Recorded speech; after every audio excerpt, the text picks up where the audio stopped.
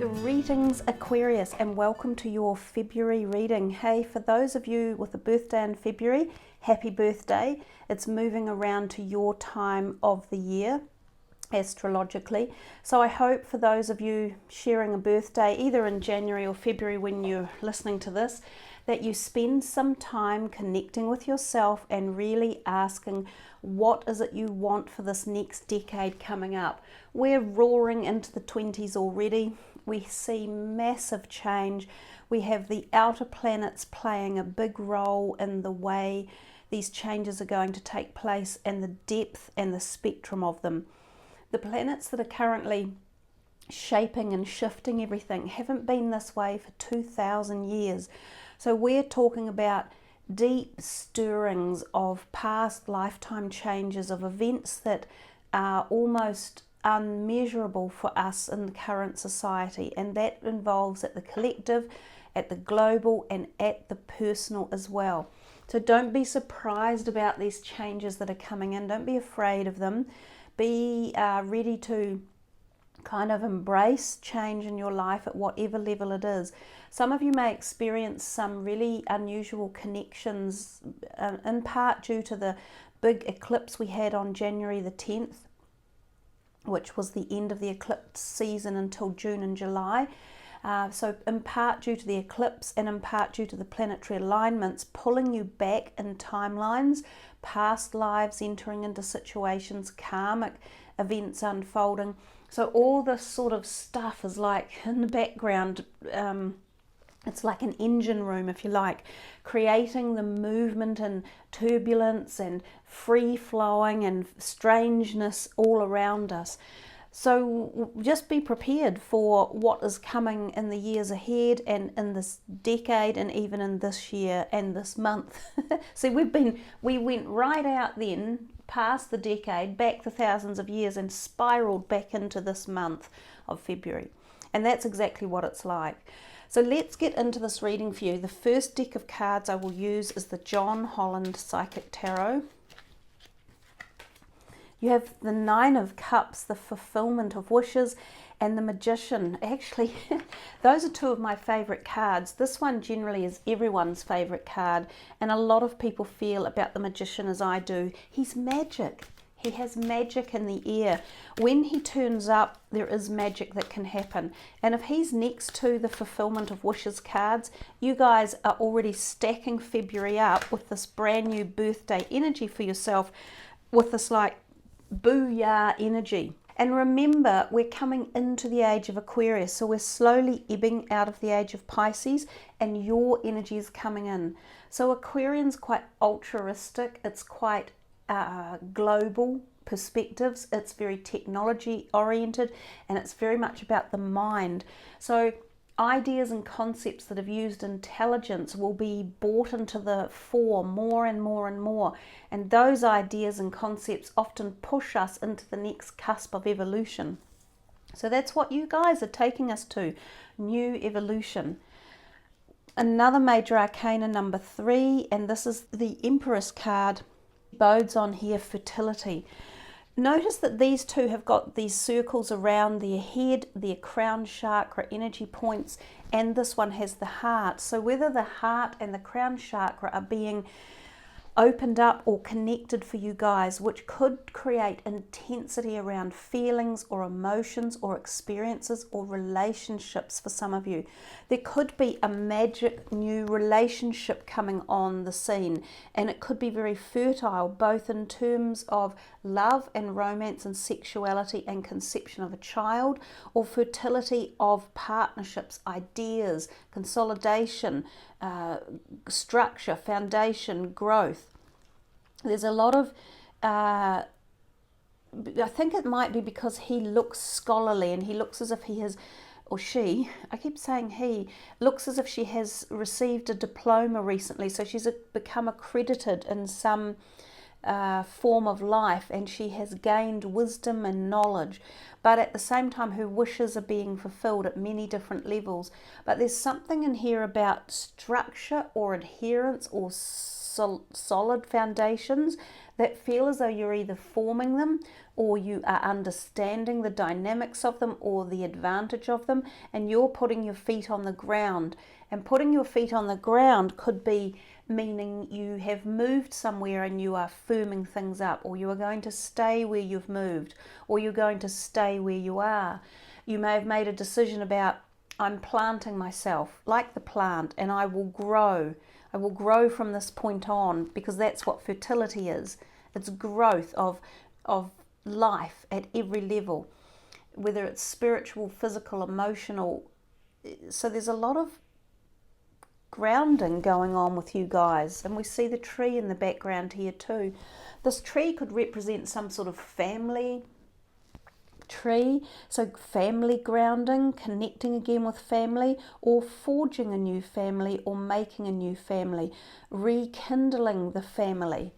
The Magician, he's just pure magic, and as I say, when he's around, there's a lot of different concepts, opportunities, ideas.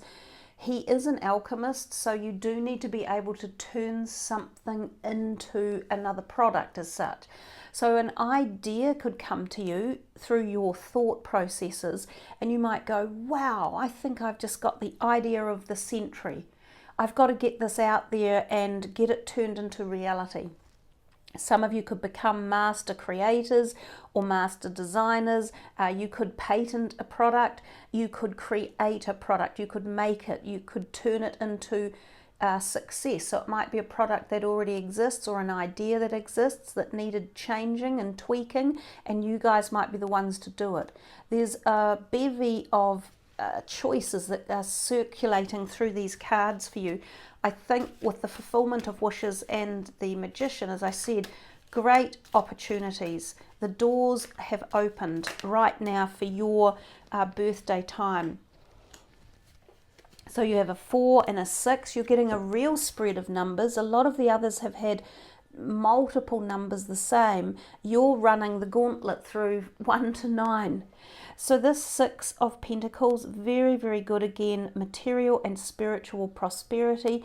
There's a lot of feeling of satisfaction in here. Sometimes things like a pay rise, an increment, a job promotion, some sort of money coming back in that may not have been around previously. You may have forgotten that you had shares, or a long forgotten aunt or grandma bequeath you some money. That sort of thing can happen. You might have had this successful idea be picked up by a publisher or a company, and they're paying you for it.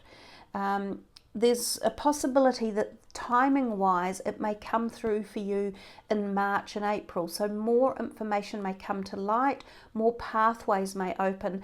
This fulfillment of wishes may happen in and around the March or April time. Or consequently, there may be an Aries type person involved in this grounding, stabilizing feeling. It could be an Aries new partner that some of you have met, and often is a slightly older person who could be offering personal harmony and balance and magic, or again at some sort of business fertility realm. So whether or not this person can help you achieve a goal, or set some plans, or come through with ideas or concepts, or whether they are part of a structure that loans money or helps you to work your finances out, or applies for something, because he is quite legal in many terms. He could almost be a bank manager, a lawyer, an accountant, a politician, someone with authority.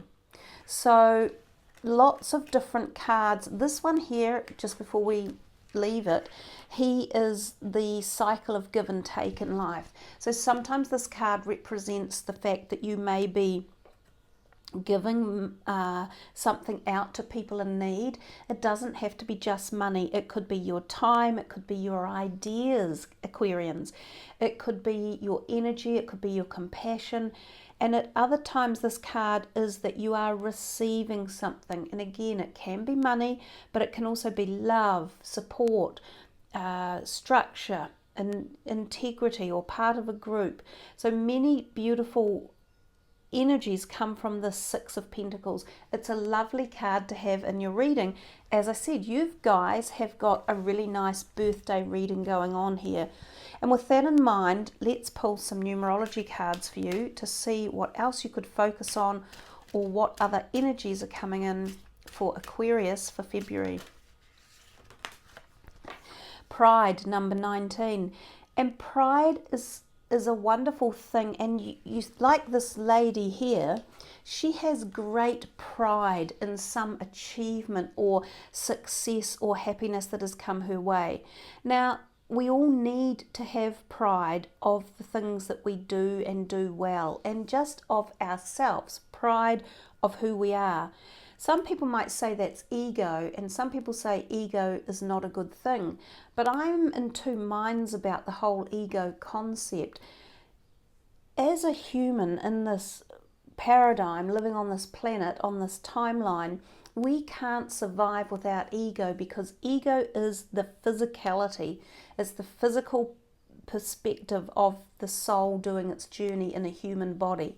So ego and pride are equally important in many ways, because if you had no pride, would you bother doing a job well? Would you care less if you did it half-heartedly or didn't finish it?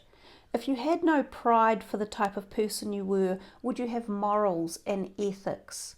You know, would you help other people? Would you have compassion? I think everything is tied together in a parcel in reality, and pride is part of it. So make sure that you honour your pride and yourself and your achievements, and be proud of it all. Surrender. It's funny, we've got the mirror image of the card before it. It's almost like it has somehow closed itself up and morphed into, transformed into each other. So 91, the reverse number 19, that we've got the reverse colour palettes going on. From pride, we've given ourselves surrender as well. So is it surrender to pride? Surrender is kind of the opposite of pride. It's like giving in. It's like taking a step back. It's like being in the background a little bit. It's like letting go of the need to control. That's dropping off the ego. So remember when I just said before that all parts of us are as important as the other. And as in saying it, the next card that was already down on the table was the master half, the black and white, day and night, male and female, yin and yang. Every action has a reaction. So some of you are being asked to surrender something and not let your pride get in the way. So that's a message for some of you.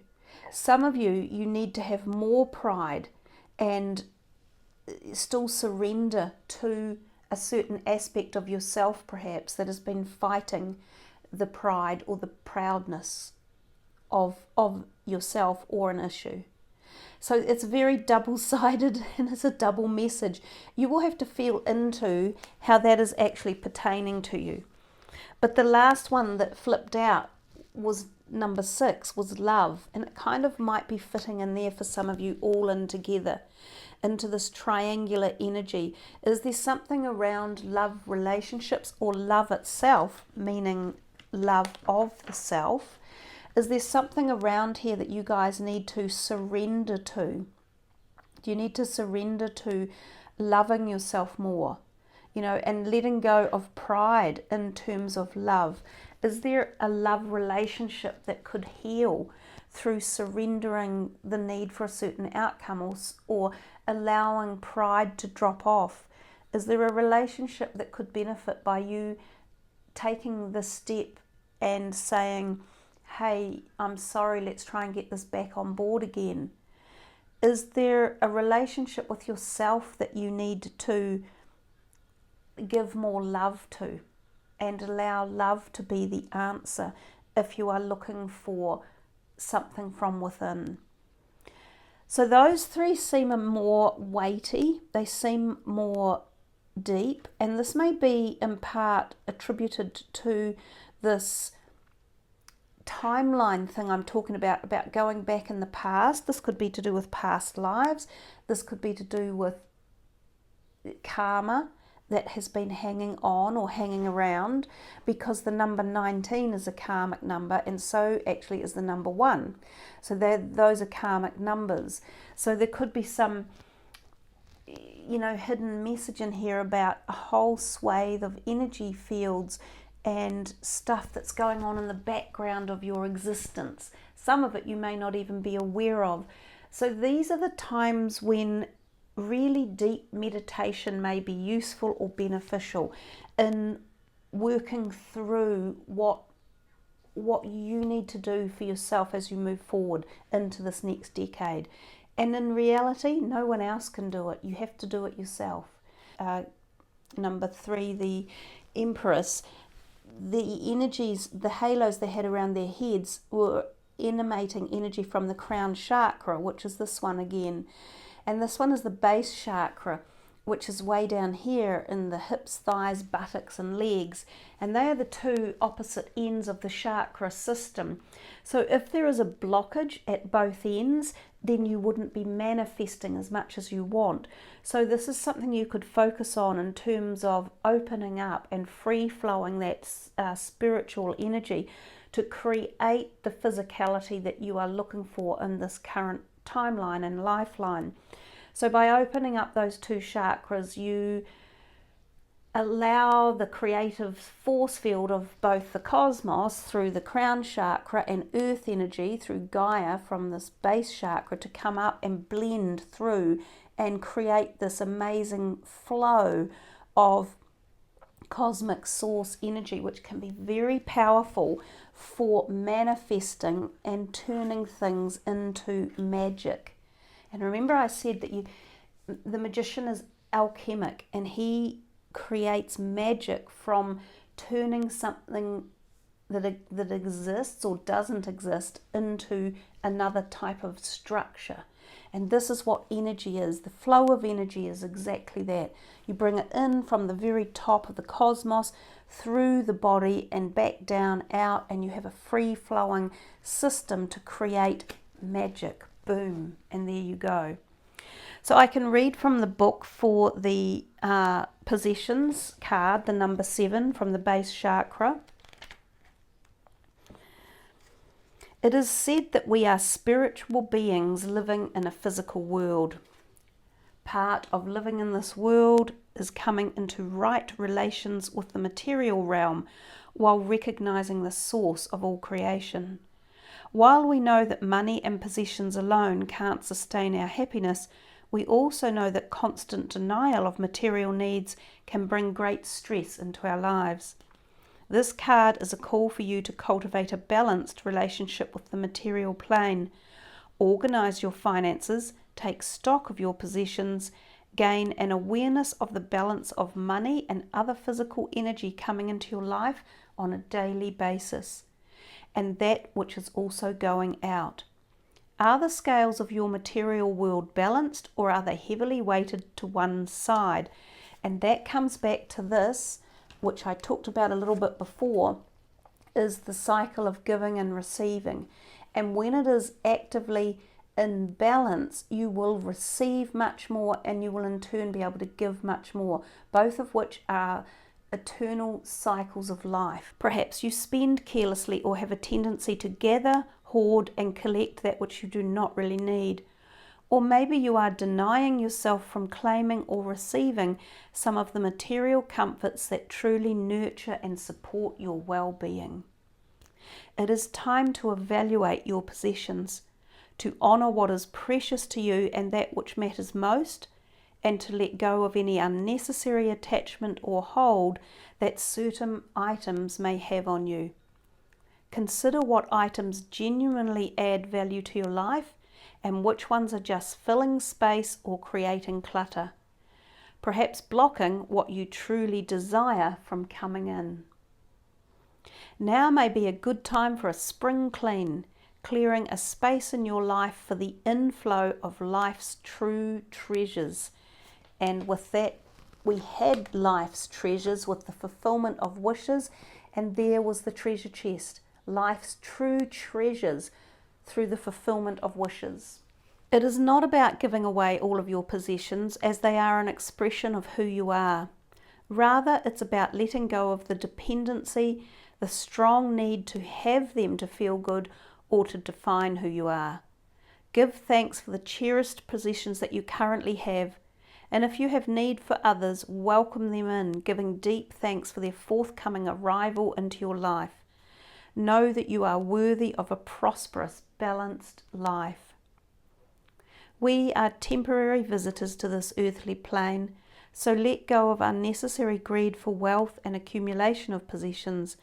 Instead, celebrate this call to enjoy the temporary pleasures of a balanced material life.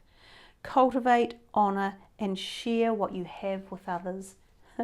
And that is exactly the card in the middle, the material and spiritual prosperity. For sharing is caring, and sharing continues the cycle of perpetuality.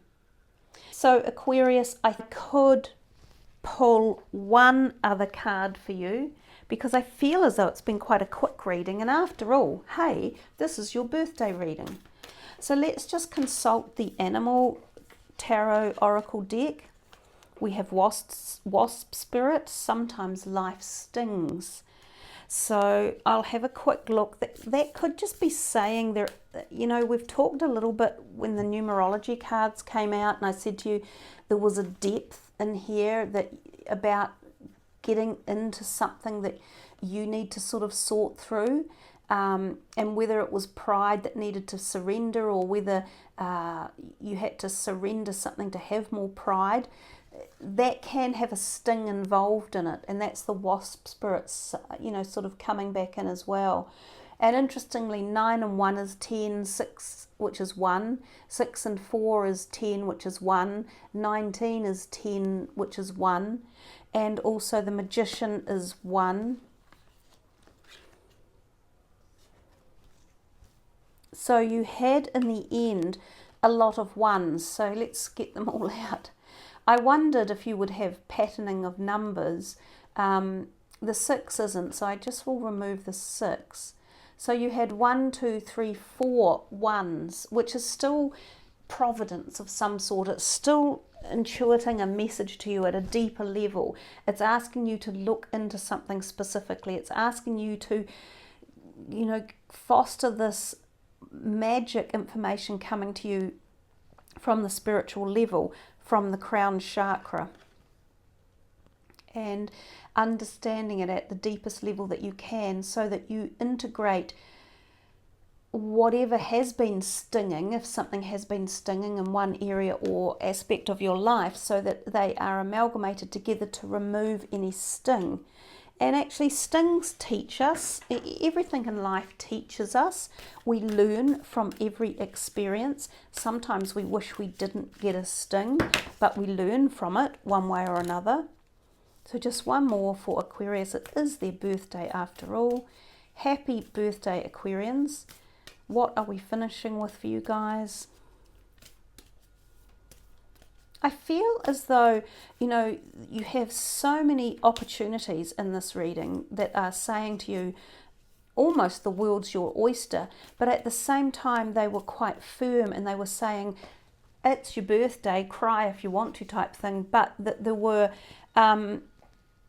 wow, yeah, there were messages in here for you that were deeper, that seemed to resonate or resound at a deeper level. So Turkey has come in, and it says give with gratitude and grace, and that was this one, and we've talked quite extensively about it towards the end with the possessions, you know, the giving and taking and receiving in life. And yeah, give with gratitude and grace. And I think when you do that, all fulfillment of wishes and positivity start to fall into place for you. So there's thinking to be done with this reading. It's not as free flowing, I don't think, as some of the others we've done. So with that in mind, remember to check your moon and rising signs and see what the messages are in there. Focus on what that number 1 energy means for you. Number 1 is all about new beginnings. Of course, we're at the very beginning of a new decade. Number 1 is also about the ability to manifest things really quickly and easily. And several of these cards have sort of indicated that was a potential for happening. And then think about how you can achieve these fulfillment of wishes. And certainly it seems that the cycle of giving and taking might be a really good answer for you guys in terms of making that evolutionary wheel just keep on flowing around. So thank you again, Aquarians. I wish you all a fabulous birthday month as well as January, and may you all have a wonderful month ahead as you step into forming your new decade. Much love, everyone. Namaste.